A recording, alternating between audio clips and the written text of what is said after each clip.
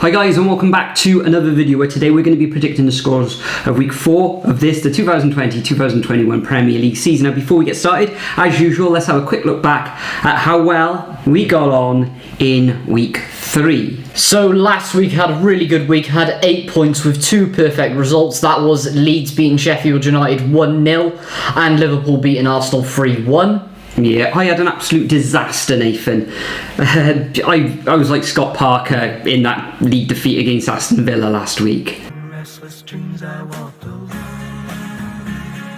So anyway, yeah, I came away with just the 4 points. Absolutely terrible. Representing the viewers last week was Ryan Henderson, and Ryan also had a bit of a disaster. He came away with 4 points also. In defence of Ryan and myself, though, there were quite a lot of topsy-turvy games last weekend. West Brom almost defeating Chelsea, of course, but it ended up in a draw 3-3. Spurs drawing at home against Newcastle. West Ham destroying Wolves 4-0. Somehow.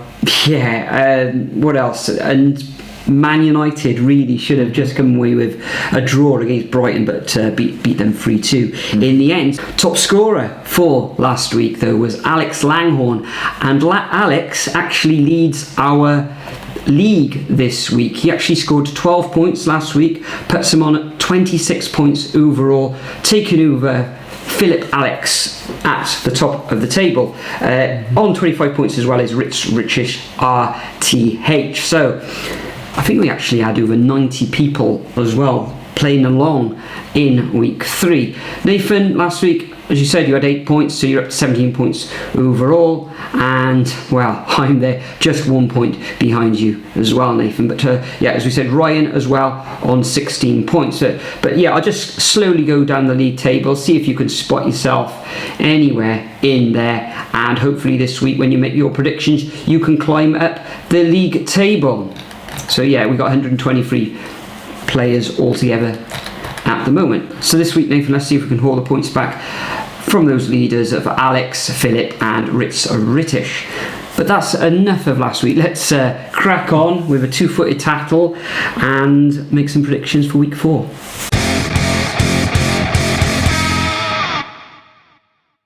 Okay, so first up we have Chelsea versus Crystal Palace. Now, Chelsea, average starts of the season, only got 4 points out of a possible 9.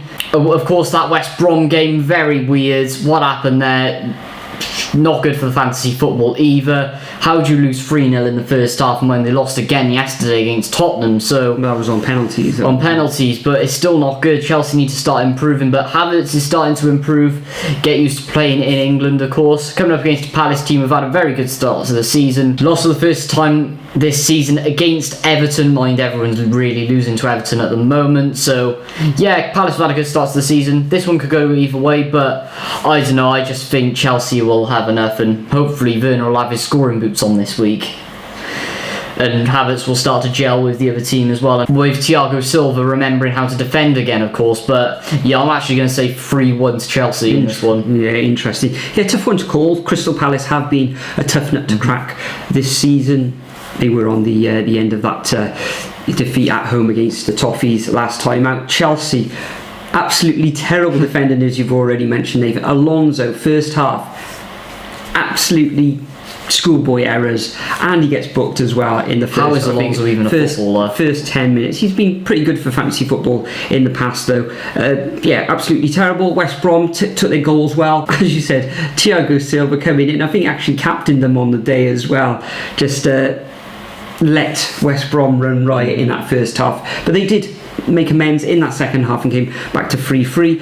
Timo Werner hasn't actually scored in the league yet. He did score against Spurs last night in that, well, a 1-1 draw where they actually went out against Tottenham in the Carabao Cup. So he's actually found the net. And Havertz as well scored. I think it was a hat-trick last week in the Cup as well. I think he assisted on the weekend, Havertz. So yeah, tough one to call. Crystal Palace, full of pace, but I think Chelsea are just going to sneak this one, and I'm going for 2-1. Next up, we got Everton at home against Brighton. Brighton last weekend can feel aggrieved that they were robbed on the end of a 3-2 defeat in the end against Manchester United. They were dominant for large periods of that game as well, Brighton. I think stats wise, yeah, it was Brighton's game all day long. However, the only stats that count in the end is goals, but a little bit robbed at the end where Manchester United gained that VAR penalty and 3-2 in the end. Everton, another victory, as we've already mentioned, against Crystal Palace. So Calvert-Lewin as well on fire at the moment. Everton find themselves third in the table, of course, equal on points with Leicester and Liverpool. So even though Brighton are playing well, Everton, I feel, they've got the bit between their teeth. Momentum's with them. Calvert-Lewin's on fire. Richarlison's playing well. Rodriguez in the middle, that midfield trio, Decore and Allen, been very good this season so far. So I'm going to go for a narrow 1-0 victory to Everton in this one. Interesting. Yeah, I think this is going to be Everton's game. With the way they've been playing, won 3 out of 3 so far. Brighton, bit of a disappointing start to the season, but they have had sort of a tricky start to the season, even though they were robbed last time around and should have at least got a draw in that one. But I just think Everton will be too strong here. They're looking class at the moment, and I think it's going to be 2-0. Hopefully Calvert-Lewin will get another few goals with all fantasy football. Next up, we've got Leeds v Man City. Now, Leeds, good win over Sheffield United last time around. They're still winless, of course. Leeds in 7th position, won their last 2 matches. And then Man City getting absolutely destroyed by Leicester. Buying more defenders. Otamendi has gone to Benfica the other way. But Pep's going to want his revenge. I can see Leeds beating Man City, but I'm going to play it safe. I think Man City are just going to do it, so I'm going to say 2-1 to the Citizens. Yeah, interesting matchup this one. Bielsa up against Pep Guardiola. Leeds last week, they were shipping goals for fun. They managed to keep a clean sheet away against Sheffield United, but Sheffield United so far this season have been very poor. Man City in action tonight. They're actually 1-0 at the time of recording in the Carabao Cup. I think Sterling's got that goal because Aguero and Jesus are both injured. Last time you're out, Nathan, you said they absolutely got thumped by Leicester, who really did a number on them. But Mahrez's goal, absolute thundercracker of a shot in that first half. Absolutely fantastic from Mahrez. In this one, though, I think Manchester City going to just have a little bit too much for Leeds. I think Leeds will probably start off really well. Bamford's on fire as well, scoring goals in the Premier League. No one saw it coming. I think Leeds will score, but I think Manchester City going to have just a little bit too much class for them. I'm going to go for a 3-1 away victory. Next up, we've got on Saturday evening at 8 o'clock. The other ones, of course, previous matches. There's no matches on Saturday taking place at the same time. This one's between Newcastle and Burnley. Burnley, 2 defeats from their opening 2 fixtures, find themselves in the relegation zone at this early stage of the season, whereas Newcastle find themselves in 10th position, winning 1, drawing 1 and losing 1. Last time out, got a very creditable draw against Spurs, although Spurs should have won that one at a canter. In this match, Burnley find it a little bit difficult to score, and Newcastle, I think they got a little bit more about them this season.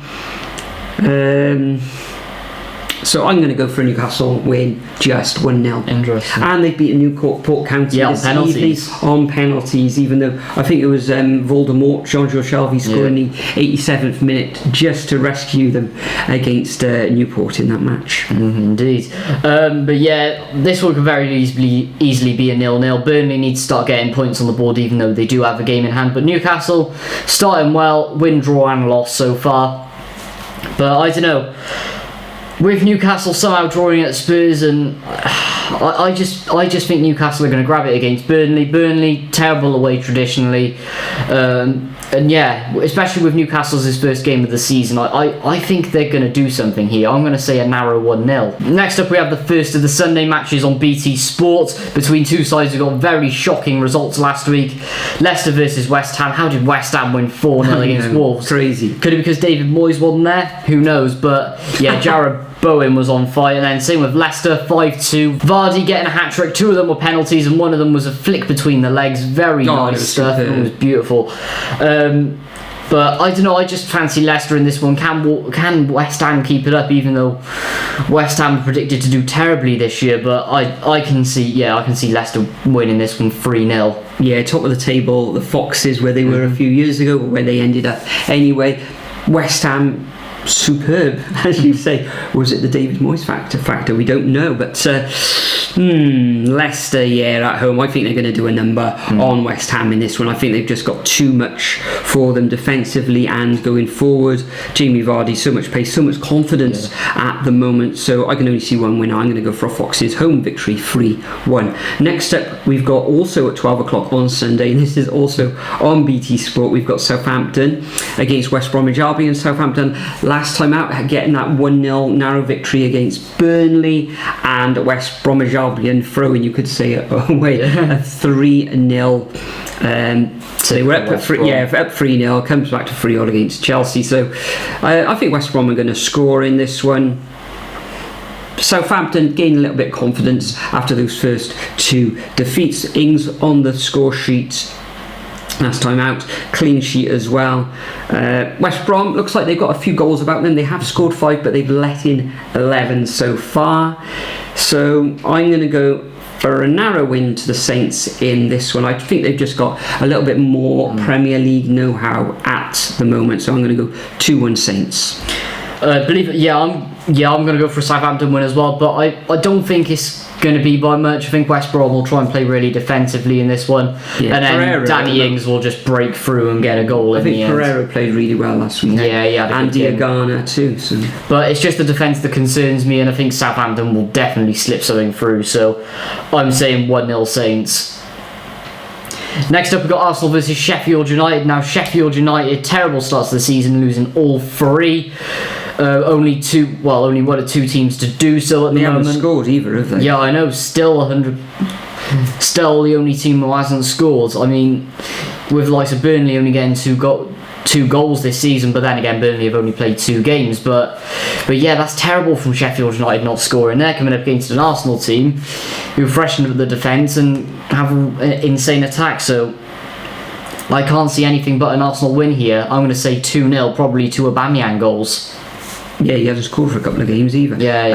Arsenal, I totally agree. I think Arsenal are going to win this one, and I think they're going to win 2-0 as well. Lundstram should have scored against Leeds. I think, I can't remember, it was the keeper made a save or it went over, but he should have put the ball in the back of the net. Arsenal, last time out against Liverpool, totally dominated. It was a dominant performance by Liverpool over the Gunners, and that first goal was lucky. They're lucky to go 1-0 ahead, and Liverpool come back into the match and quite easily gained the victory in the end. So Arsenal starting off the season fairly well, 2 victories and a defeat. I can only see one victory, as I said, 2-0 to Arsenal. Next up, we've got Wolves at home against Fulham. Takes place on Sky at 2 o'clock. Wolves, they're going to be in training all week, looking to make amends for that terrible defeat against West Ham last time out. And Fulham on the lookout for 2 centre-backs. All sorts of problems on the pitch, off the pitch. Their chairman, I think he's taken to Twitter saying it's not good enough. Scott Parker looking a forlorn figure as well at the moment. Bottom of the table, scoring 3 goals, conceding 10. It's not looking good this season for Fulham, is it? So, and I think that actually there's rumours of a 45 million Inter Milan defender, but I think they're going to be I think other clubs are in there as well. Yeah, I'm smelling FFP as well a little bit with Fulham, especially with their spending over the last few years. So Wolves, indifferent start to the season, losing 2 and winning 1. What was that second defeat? It was Man City. So. That was Man City were excellent on that night, but they did beat Sheffield United, who've been terrible for themselves. So Wolves, I thought they would have started a little bit better this season. Wolves never really start well usually. Fulham, it's Fulham though. They're going to lose, and I'm going to go for a 3-0 win to the Wolves in this one. I've gone exactly the same as you, 3-0. I mean, Shad Khan saying it publicly on Twitter. I mean, what is going on with him? He's got 2 teams, Jacksonville Jaguars, pathetic in NFL. I don't even know if they can actually win this season. Is it Shad Khan or Tony Khan? Shad Khan. Tony Khan's the son. Yeah, I think Tony Khan must run things there. I think it was Tony Khan who was on Twitter Minds. Yeah, I think it was as well. But yeah, Shad Khan needs to get his act together with both of the clubs, really. Fulham throwing money at nothingness. The thing is I'm concerned about with Fulham. I think Scott Parker's your best option, really, even though he plays the most pathetic football I've ever seen, quite frankly. Just passing around the back, never getting forward. But whoever you're going to get in is... I think they're going to do even worse than him, to be honest, unless you get, like, I don't know, a Neil Warnock or Sam Allardyce. Yeah. Pardew going into League One, but yeah, it's going to be a 3-0, and it's gonna be something else for Fulham this season. Maybe record low points total. Anyway, next up we've got Man United versus Spurs. Man United extremely lucky getting through against Brighton. Madness at the end of the game. Another bid rejected for Sancho. They're saying 120 million. Ridiculous. You're wasting your time by putting in lower offers when you know for a fact they're not going to accept the offer. Edward was stupid, but anyway. As for Spurs, what did you think of Eric Dyer last night then? Well, he was caught short. Yeah. Gary Lineker, he would have stayed on the pitch. Oh yeah, definitely. I mean, we've seen it all before. Gary Lineker was even questioning on Twitter why players don't do it more. Yeah. It is a wonder, but anyway, Spurs have had, they've got lots of matches coming thick and fast, so they could start to be tired out, and maybe they need to rest a few players as well. But I don't know, somehow this one could go either way. Man United could turn up, might not turn up, same with Spurs, but I think it's going to be 2-2. Yeah, difficult one to call this one. Possibly the most difficult game of the week end to predict. Manchester United not looking great at the moment. They've got an abundance of talent up front. They really need to shore up at the back. Brighton all over them last weekend. Really, Brighton should have won or at least got a draw in that match. Eric Dyer last weekend, how they give a penalty for a handball that is sort of behind you. If he'd have kept his hand by the side, he's going to fall on the floor. It's there for balancing. Hit him on the hand. Okay, I know strictness of the law. It's got to be in with that sort of silhouette. So penalty, but it's a stupid decision. Spurs ended up 1-1 in the end. As you said, Nathan, Spurs played Sunday. They played Carabao Cup Tuesday. They're in action in the Europa League Thursday, and then they're playing on Sunday again. That's 4 matches within 7 days. Absolutely ridiculous. I know that Man United are in the Carabao Cup tonight as well, so they've got 3 matches in those 7 days. But the thing is, they're not exactly NBA players either, where they just run out for 5 minutes and then go back on the bench. Well, no, they're playing full 90-minute games. How are they expected to play 4 games in a week? Yeah, it's ridiculous. I know, it's crazy. But I know Spurs did chop and change a little bit in that match last night, so they'll probably be stronger on Sunday, but then they've got to play stronger on Thursday, but then they've got to play on Sunday again. So for that reason, I'm edging towards Spurs. Last weekend I forgot to mention that they should have won that match. Canton with Son. I think he hit the woodwork twice. Yeah, Son hit the woodwork twice. And now he's out as well, so that's another factor. But I'm going to go for a Manchester United narrow win, and I'm going to go 2-1, but it could end up in a draw. 2-1 to the Red Devils. And the last match of the weekend at 7:15 on Sunday evening on Sky is Aston Villa against Liverpool. Aston Villa doing superb. They find themselves in 4th position with only 2 games played, haven't conceded a goal either. Only team to do so. Yeah, they dispatched Fulham with ease last time out. Ross Barkley has signed on loan for them as well. That's a great deal. That's very good. So we'll see which Ross Barkley turns up at Villa Park though. But adding to a midfield there with the likes of Grealish and McGinn, so you know they're looking a lot better than they were in the summer. So, but they are coming up against Liverpool, and Liverpool at the moment are sumptuous. Superb against Arsenal. Apart from that Andy Robertson mistake where he gifted Arsenal that goal for Lacazette, but unfortunately I can only see one winner in this one. I can't see Villa even score in this one, so I'm going to go for a 2-0 away victory to Liverpool, which will probably see them go second against behind Leicester in the table on goal difference come Sunday night. Interesting. I'm actually going to go for another Arsenal result for Liverpool. I think it's going to be 3-1. Salah Mane Firmino will probably be on fire again, but I don't know. I can just see Villa getting a goal in this one. Probably a Grealish wildy or something. But yeah, I think Villa will improve a lot, and they're gonna be quite high up there this season, I reckon. I did put in my predictions that they will stay up comfortably as well. Unlike most people who think they're going to get relegated. I think they might. But yeah, I think Villa are going to have a good season. Got to be 3-1. Excellent. So that concludes our predictions for week 4 of this, the 2020-2021 Premier League season. As usual, I'm going to leave a template of these fixtures in the description to play along at home and join our league and see if you can get up the league. And make sure you leave your predictions.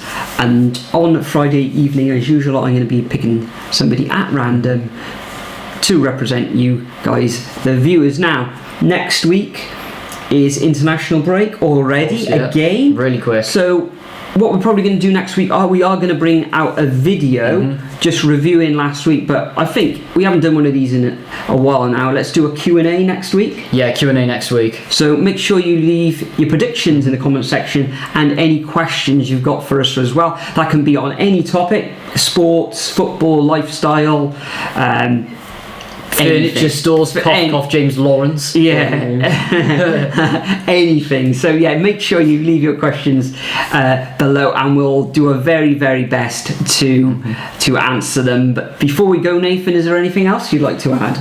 So to my channel, link in description below. I will most probably be live streaming on Saturday, depending on how it's done with the away games this year, because apparently we're going to be charged £10 per away game, which is quite frankly disgusting. But we'll see what happens there. Maybe we'll just do a Sky Sports rip-off where we watch all the matches in the comfort of the living room and comment along. Yeah, we'll have to see what happens, but it's more than likely that there will be a live stream this week. I will figure out a way. Excellent. Okay, so that's it for another week. We'll see you next week with a roundup of week 4 and a Q&A. Cheers, guys.